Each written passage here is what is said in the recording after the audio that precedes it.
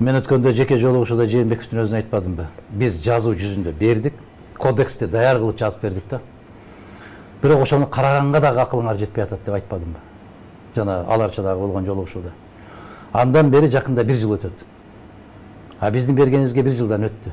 Жок, ак деп да, көк деп да айта албайт. Себеп ал кодекс Кыргызстанда ачык, айкын элдик шайлоого жол ачат. Бул байлар байдай, кедейлер кедейдей барат деген сөздү жокко чыгарат. Мына жыйындарды областтын же райондун жетекчилери кой айдагандай айдап барып, элди топтоп бербейт. 20 партия катышса, бир күндө 20 жолу жыйын өткөрбөйт. Момундай сиздей болуп алып, журналисттер жыйналат дагы, бүгүн саламаттык сактоо тармагы боюнча сүйлөшөбүз. Ошондо анан жанагы элиталардын жүзү көрүнөт да. Сабаты жоюлганбы, фамилиясын туура жазалабы, Кыргыз Республикасынын премьер-министри деген сөздү туура жазабы же премьер-министр деп жазабы. Эл тандап алсын да күзгү. Мына ошол бүгүнкү күндө жабык мындай бир сандыктын ичинде келип атпайбы? Сандыкты ача койсоң эле ба деп чыга калат.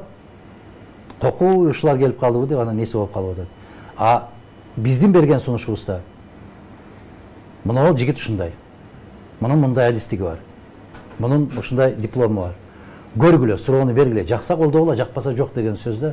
Экинчиден, бийлик тараптагы айрыкча КТР менен ЛТР таң эртеңден кечке чейин бир партияны мактап, жактап жатып алып атпайбы? Андай нерсе болбойт. Жыйындар токтойт. Сөздү, суроону сиздин калемдештериңиз менен эл берет түз эфирде. Ага пикириңиз кандай, буга пикириңиз. Ошого жооп бере алгандарды карап тандап. Эгер андан кийин да тандабай калган болсо, анда айтышыбыз керек да, өз сорубуз өзүбүздүн колубузда деп.